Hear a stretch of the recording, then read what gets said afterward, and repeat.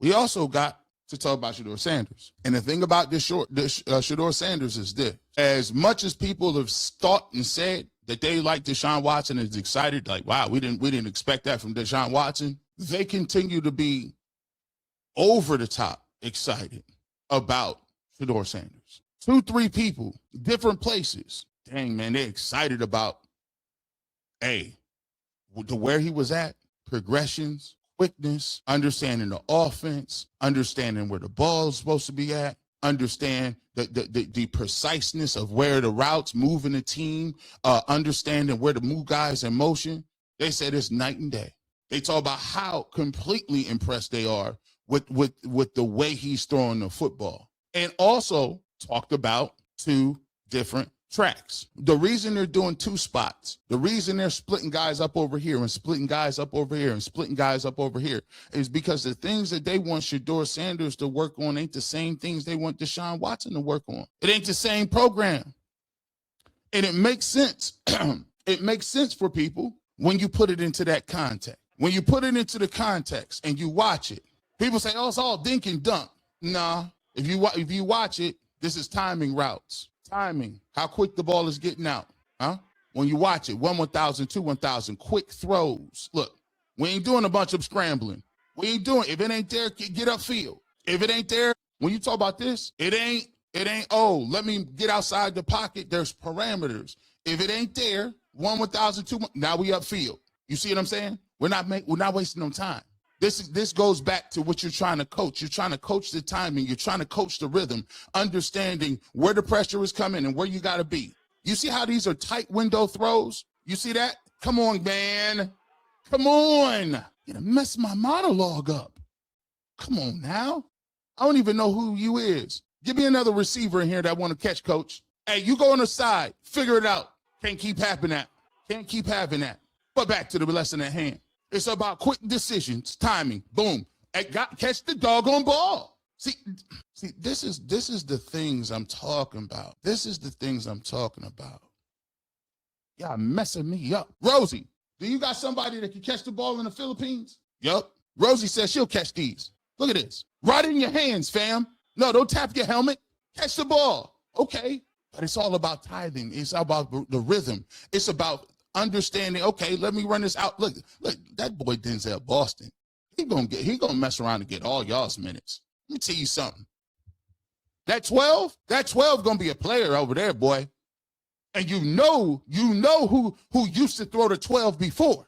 You know who you 12 used to be in Colorado. You know, all we want is a 12. You know what it is. See, ain't enough. He catching the ball. So when you looking at it, and as I was talking about it, it's what we're looking for is the rhythm and it's the pace of the game.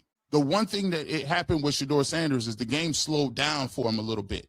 The game slowed down. You got to catch that. Look at this. You got to catch that. Come on, my G. Come on now. Come on now. He ain't dropping dimes. He ain't cooking. He not. Oh, by the way, let me just tell y'all something like this. The way it worked in practice is, when you throw dimes like this, this is a minus on the receiver. They counting that. So in the production room, they put, that's a missed assignment, that's a drop, and that counts as a touchdown.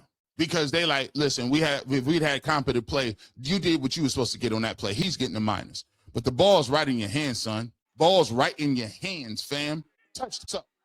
But when I spoke to these individuals, it gave me a different perspective on what it is, why it is, and how it is. As you can see, Todd Monken right in his ear. This is about understanding and giving him an opportunity to understand what the concept is, what is the heartbeat of the, more than anything. It's more about, I want you to see this field the same way the offensive coordinators and the play callers see it when they draw it up. That's the reason why you have those little mics and different things on the front of the cameras on the front of their helmets. It's because you want to see what they see. So with that context of those guys wanting to see exactly what they see and getting those guys acclimated in their own unique way, it puts in perspective the quarterback competition. Because if you don't know that context going into what you're watching, You going out to practice and you don't get it. See, sometimes you're going to go out to practice and they're going to have certain plays called. Here's the reality. You don't know what that play is. That play can be 4 streaks. That can be short routes. It can be short timing routes. They're not getting the same play. Deshaun Watson play that he's calling is not the same play that Shedeur Sanders is going to get on another field, and vice versa. The things that they want to see them work on 2 different tracks is not the exact same thing. So we always talk about who's ahead, who's doing this. It's obvious. Well, look, we're going to get to this because sometimes you can have it wrong. But first and foremost, let's go by what the offensive coordinator said. That both of those guys and really all of our guys are progressing very well. Very pleased in what we've seen in the growth. Like I said, a lot of it's the familiarity with the system, getting a little more comfortable as we move on. But their progression, just in the short time that we've been so far, is very encouraging, and we're excited about that. I don't know that we have somebody who's ahead. Like I said, we're pleased with both our progress, and all the guys are doing a nice job. That's it. That's the answer to asking who's ahead in the competition. I'll go back and rewind it for you. Let's rewind it for you. I think that both of those guys and really all of our guys are progressing very well. Very pleased in what we've seen in the growth. Like I said, a lot of it's the familiarity with the system, getting a little more comfortable as we move on. But their progression, just in the short time that we've been so far, is very encouraging, and we're excited about that. I don't know that we have somebody who's ahead. Like I said, we're pleased with both our progress, and all the guys are doing a nice job. I don't need to hear the coach say, yeah, he's got an edge. I can see that. If you're out there as much as we're allowed to be, you can see there is an edge there. And I don't think there's anything Shedeur can do in the spring season to catch up, because Watson's not going to have a setback unless it's an injury. Right. He's not going to start throwing interceptions all over the place in shorts, right? He just isn't.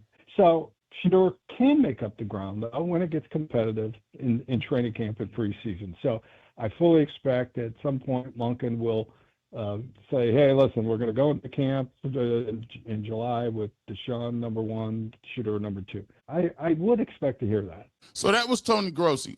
Now, here's the thing I will actually, I agree with one thing he actually said, and we'll tell you what that is. He said, now I don't agree with the perception of, he's behind.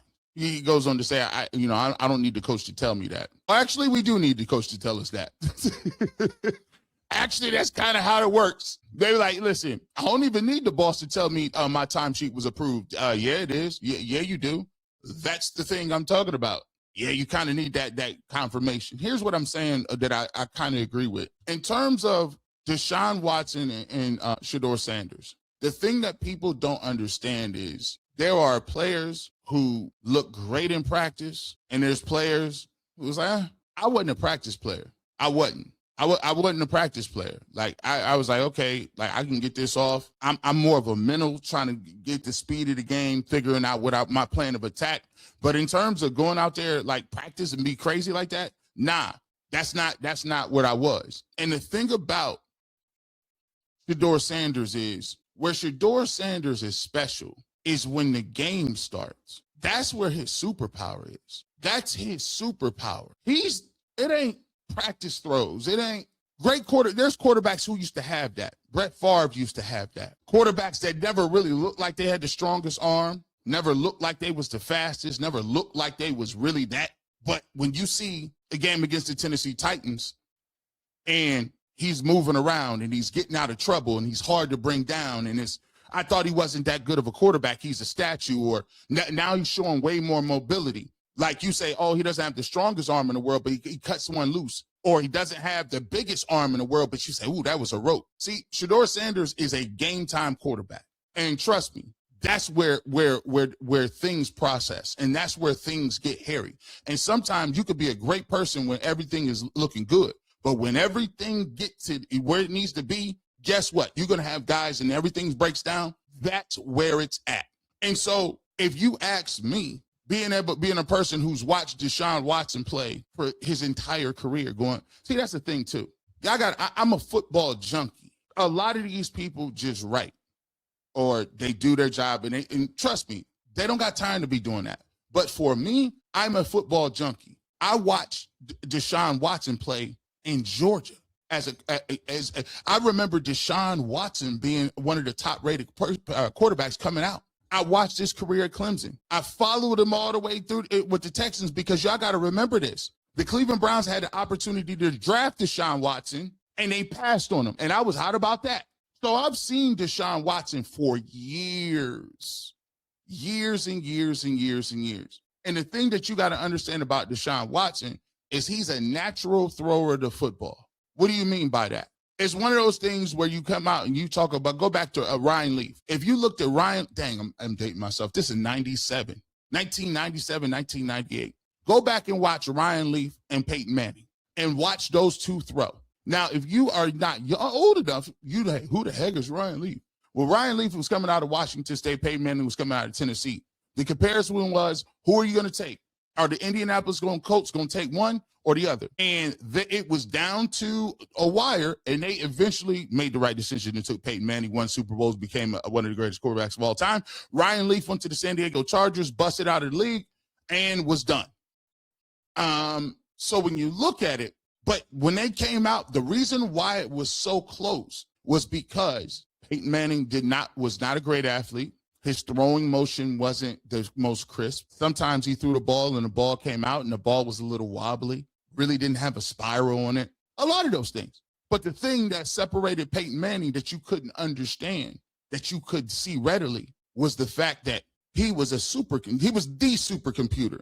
That's why it was disrespectful you called Dylan Gabriel the supercomputer. I didn't watch the supercomputer before. You talk about supercomputer. Nah. This is the father, the mastermind of Omaha. This was the mastermind of manipulating safeties before he was the first Professor X. He had cerebro. He would just move you. Yeah, I'm going over here. Yeah, I'm going over here. I see you over there. Dime, touchdown, Colts. Yeah, you thought I was over there. Got you. Oh, you thought I was over there? Two high safeties. I know you rotating down. You rotating down to one high safety. You trying to bait me with the robber. I see you.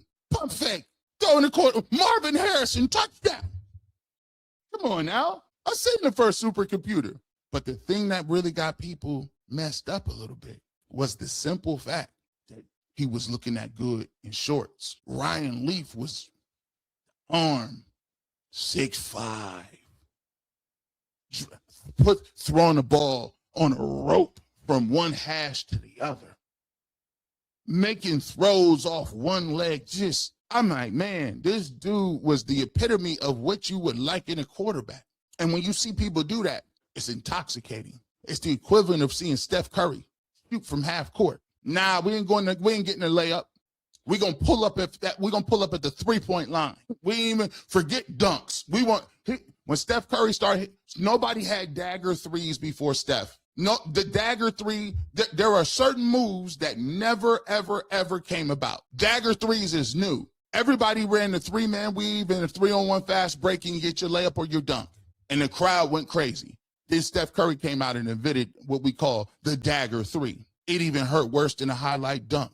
If Vince Carter go down and Vince Carter get a highlight windmill, you're like, oh, that's crazy. You automatically got to get a timeout. The crowd go crazy.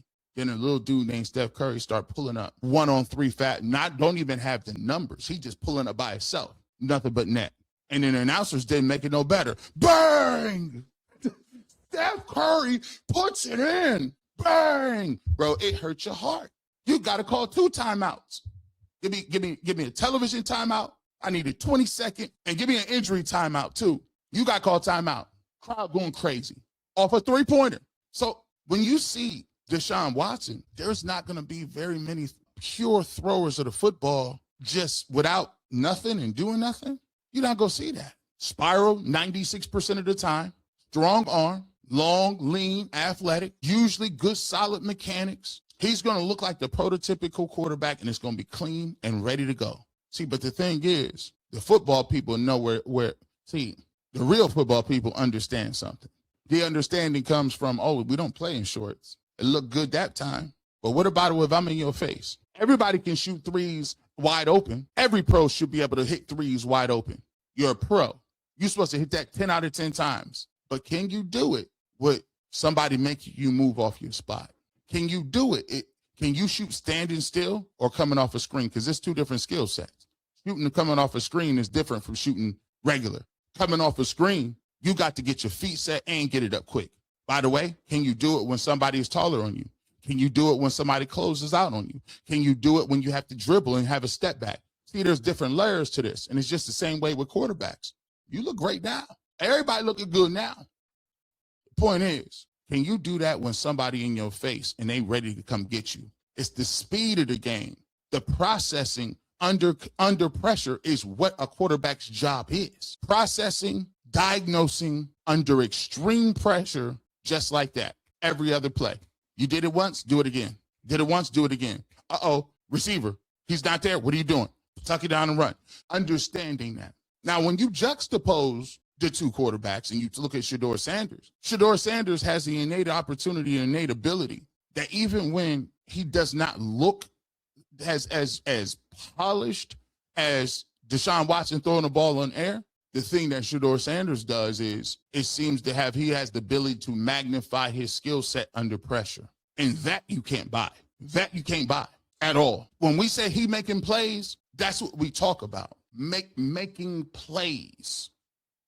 And so this is why they phrase, y'all got to tap in, catch up. You know, even the haters got to understand, like, bro, the haters come, y'all be hating. But guess what? I come over here and I'm going to give you the sermon just like I give the believers. Sit up. One day you might come on over to the Lord. I'm going to give you the same conversation. We welcome everybody in because ain't nobody going to give it to you like this. Half the reason you watch is because you know them, right? You just hate to admit it. The reality is that there's a gift, and that's when Todd Monken says the players will know who the guy is. The players will know who the guy is because when we get to practicing, full pads, 11 on 11, scrimmaging against other NFL teams like the Bills, and the preseason games, you're going to get an opportunity to see what it is that happens when you have to make decisions like this under pressure. Got to do it again, repetition. Do you ever remember that on Drumline? I love the movie Drumline. You remember on the Drumline, they was doing a drum test and they was drumming. Right? And everybody was nailing it. Everybody looking, yeah, I'm nice. You know what I'm saying? I've been drumming like this forever. I learned that in Prince's uncle. I play 7 instruments. You know what he did? He said, that's nice. Here's what I want you to do. Everybody can do that right now. But what if I put you under a little pressure? Follow me. He started walking backwards. Oh, it's a little more difficult now. Oh, so you mean I got to drum? You mean I got to drum and be on beat and still move? Of course you do. What happened? Can you do that if I blindfold you? And watch this. It's even levels to that. It's even levels to that. Because maybe you can do that, Mr. Miles. He'd be like, I'm a savant. He said, come on forward. Mr. Miles is like, they're like, he's the truth. He the Neo, he in the Matrix right now. He the one. Until they was in that classroom and old boy found out his weakness. He said, drummers, go ahead. I got this new piece I want y'all to try out with. The head dude said, okay, now let Devin get that. Devin looked like he saw a ghost. Huh? Nah, I'm cool. He like, nah, you got it. Go ahead out there. Go out here. Drumline, hey, doctor, old boy. He says, hey, Mr. Miles, I ain't got all day. Here's the sheet music. Get to playing. You know what he did? Forget this stupid music. I only want to do this no way. Dropped the sticks and walked out.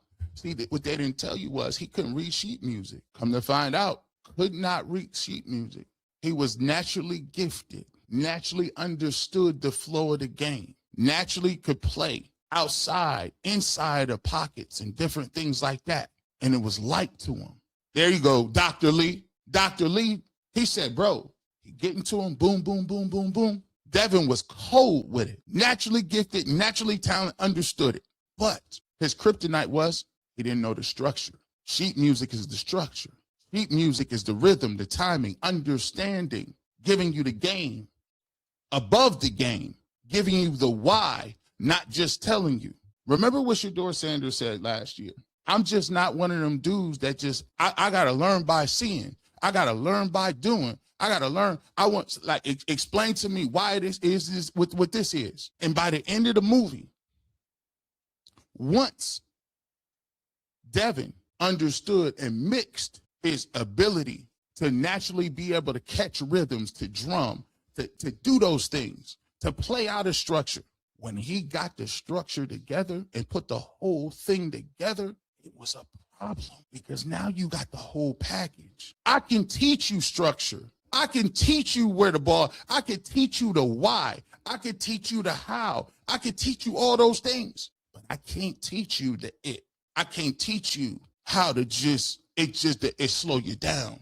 The game's slow for you. You see a little something nobody else seen, right? So if you think about the movie Drumline and you understand the movie Drumline, in order to reach the highest levels, you have to know the why. And once you get the why and the timing together and you do it under pressure, that's when it gels. You can never get the timing without the pressure. You can never get the development without the pressure. And the one thing that we have not seen and we have not had in camp is the pressure. So the thing that people are missing is this. You can't have anybody that is expected to take the mantle of anything unless there is pressure.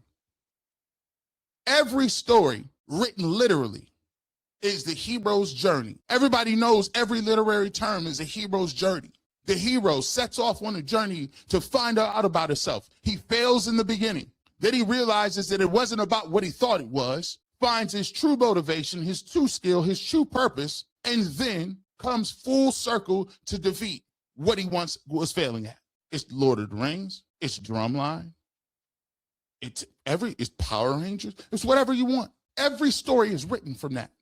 And so if you take a look at this saga in terms of what it is with Deshaun Watson and Shedeur Sanders, this is exactly what it is. You got one person who's fighting to get back and stay in the league, fighting to get to the top of the mountain, fighting to get there, to stay in the league. Another person left for dead, left at the wayside, underappreciated, overlooked. This is the Matrix. After the first year, after the first Matrix, we thought Neo was the truth. We're like, oh, Neo the one in Matrix. Until he came back in that second Matrix and realized, bro, that was just the start of things. That was just the beginning. And a lot of y'all don't be understanding, this is just the beginning. This is nothing. This thing will go all the way down to the wire, ladies and gentlemen. And the reason you're going to win this, right, and who's going to win this competition has less to do with what you're doing today and more about what the progress you're making on what they want to see you do. Remember, I told y'all this. Even if you want to believe, and I'll give it to you, even if you want to, if Deshaun Watson is ahead, right? Deshaun Watson has to overkill it. It can't even be close. I'm just keeping it real with you.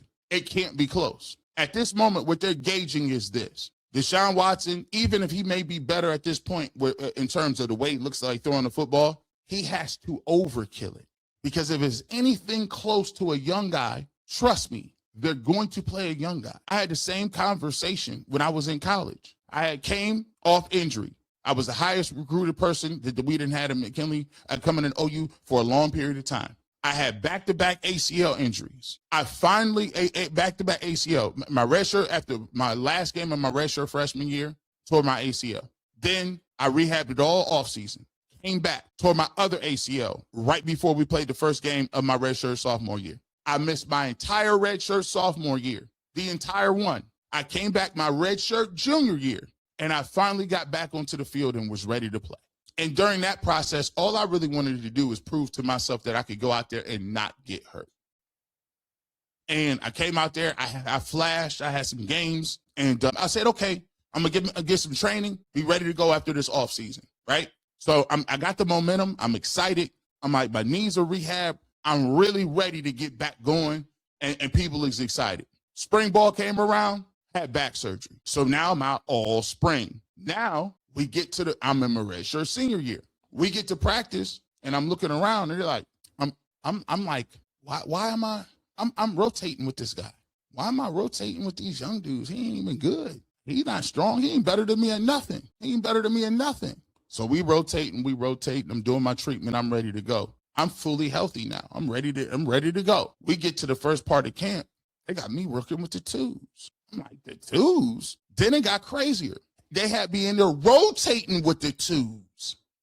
I wasn't even the first up with the twos. Man, I went in. Mind you, I got a new position coach. My position coach was Coach Washington. Shout out to Eric Washington. He was shout out to him. He was a defensive coordinator.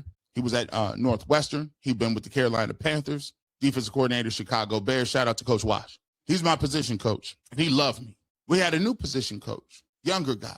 And I went in, I was hot. I said, bro, what are we actually doing here? What are we doing? I said, this guy ain't no better than me. And they gave me some politically correct answer. Hey, we're trying to work you back in. We're trying to move. You know what I'm saying? Hey, we want to work you back in. We want to get some of these young guys just in case we get them up and running. And I'm like, okay, whatever. So it comes to the first game against Miami. They like, I'm sitting there waiting on the sideline. I'm like, yeah, I'm about to go in. Nope, number not called. I'm waiting to the second quarter. I'm like, what's the deal? I'm about to get something. Nope. By the third quarter, I had my helmet. By the fourth quarter, I'm sitting there realizing for the first time, you ain't about to play. It was crazy because I hadn't been in that position my whole entire life. What do you mean? What do you mean? Man, I go out, I was hot. All the people who had major injuries had to have treatment on Sunday. And I was in there hot. I was in there with the trainer, and I had spent so much time with him. We developed a great conversation, just back and forth. And John Bowman told me that. He said, who was the trainer at the time, he said, I'm going to tell you something because I like you. Because I really like you as a person. I feel like you've given this program a lot. And I feel like you really battled so tough to get back. And he said, the harsh part about when you get injured in this game is that eventually after you get injured, you become an afterthought. You don't become a priority anymore. You become a sunk investment. And they would rather give the reps to a person that's not better than you because they're going to have future ramifications. Giving you all of the reps means nothing. You're a redshirt senior. What are they going to do with that? He said, my best thing for you to be go out, practice. I would try to redshirt this year and just either redshirt this year and come back next year, and then you'll be super better than everybody, and they'll probably let you play because by that time we had another coaching regime. That's when Frank Solich came in. Or he said, just take this year off, rehab, get stronger, and go to pro day. And that's what I did. So the long story short, the whole long story about it was, it is true. At certain points in time, when you're looking around and you want to be a person and you used to be in, they already made the decision to go in a different direction. You just don't know about it because it makes more sense for them to invest in a younger player and a player that's going to grow with them and a player that's going to be that they can mold and shape and do a lot of different things with than assigning a one-year waiver with you. So that is why when I come out with Deshaun Watson, now could Deshaun Watson win this job? Of course he could. Am I saying that Deshaun Watson hasn't looked good? No, we started off the show by saying I think he had some throws in it and done some things. But for him to win this job outright, he has to be head and shoulders better than Shedeur Sanders because that's just the way football works. It's not confusing to me. Ain't confusing to me. Ain't confusing to me. We know what it is. 364 yards, 4 total touchdowns. 23 of 42, 364, 3 passing touchdowns, 1 rushing touchdown, 1 interception. So what did this actually mean? The first quarterback since at least 1950 to record 300 passing yards, 3 passing touchdowns, and 1 touchdown in a game. First rookie quarterback ever to throw for 300 yards, 3 passing touchdowns, and a rushing touchdown in the same game. Joined Joe Burrow as the only rookie in the Super Bowl era with 350-plus pass yards, 3 pass touchdowns, and 1 touchdown. In his third NFL start, not one, the third one. This is how off-key and ridiculous the debates are when it comes to he's the worst quarterback of all time. You done lost your mind. How can you throw for that many yards and you're the worst quarterback of this? Why I be tell y'all guys, I'm telling you, Put it in perspective. It was one game, though. It was just one game. Well, why ain't nobody else do it? In his third NFL start, led 2 late TD drives to bring the Browns within 2 in the fourth quarter. And then, while he was there, with his father in attendance, your boy, your best friend, your cousin, your golfing buddy, Kevin Stefanski takes him off the field to run a reverse throwback trick pass. I need somebody to refute it. Let me just go ahead and just do this. Can we do this? Feel free to use that graphic.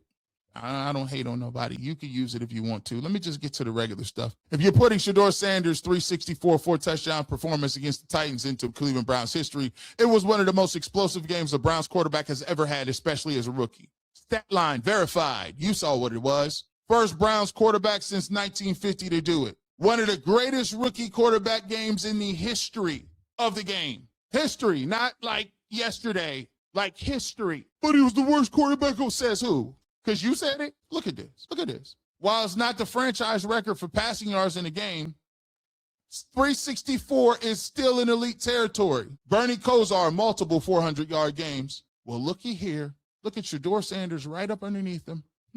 He did it in his only third NFL start. Bottom line, Shedeur's performance against the Titans wasn't just a good rookie game. It was arguably one of the greatest 5 to 10 rookie quarterback performances in Brown history. And statistically, it produced a combination of passing yards, passing touchdowns, rushing production that no Browns quarterback had achieved since 1950. Please have 8 seats. This is why when you say, G. Bush, why do you argue? Why didn't you say this? Why come you don't be saying this? Because it's less impactful. I'd rather put it up like this in a graphic and then say, refute it, refute it, refute it, refute it. I'd rather put it up like that. That's why it's G. Bush in the barbershop and it's cold. Talk about no EPA. We know. This is why I love football. This is why I love it. Because I got a spirit of unbotheredness. You know why I'm happy? Because this is a season in which we are learning. Nobody can tell you what you're going to do. We are learning in real time, boys and girls, that you can no longer write a narrative and it means anything. This is the way football is supposed to work. This is the way football is supposed to operate. See, this is the plan from Jump Street. I'm confused. Didn't y'all say that y'all wanted this? Didn't you guys say, why was it all off season? We need a quarterback to come in here and push. We need a veteran quarterback to push these guys. We need another dude, Anthony Richardson. We want these other guys, Malik Willis. We want to bring in another guy to compete. We want all these dudes to come compete. Let me tell you why this is the best opportunity for everybody involved. You got 2 people that's fighting. Yeah, Coach Prime said it. Hey, listen, Shedeur ain't gonna be buddy-buddy. She ain't gonna be buddy. You guess what? Deshaun Watson ain't gonna be buddy neither. And they done a masterful job of cultivating energy of competition. And then you know what they're doing? They created the energy of competition, but won't even let y'all opine on it. They won't give you no access to it. They won't let you put your thumb on the scale. They won't give you no information. You only be at practice one day. At the media, only there on Wednesdays. Think about that. See, think about that. You out there Wednesdays, they practice 3 days. You can't even watch no other practice. Can't even be in the building. Not even there. What were they working on those days? Who took first reps those days? Where did you see those days? They won't even let you talk to Deshaun Watson. Shedeur Sanders is not available anymore either. See, Andrew Berry and Todd Monken really, boy, they done stepped their PR game all the way up. They done zipped this thing up so cold where they want one band, one sound. One band, one sound. Everything the offensive coordinator is saying, the head coach saying. Andrew Berry been saying it. So what you do is when you keep people vague and on the outside at arm's length distance, guess what you give them? You give them an opportunity to actually compete without the outside stimuli. When people say we control the controllables, and you know what Kevin Stefanski couldn't do? He was out here telling people everything. You can't control the controllables when you talking all the time.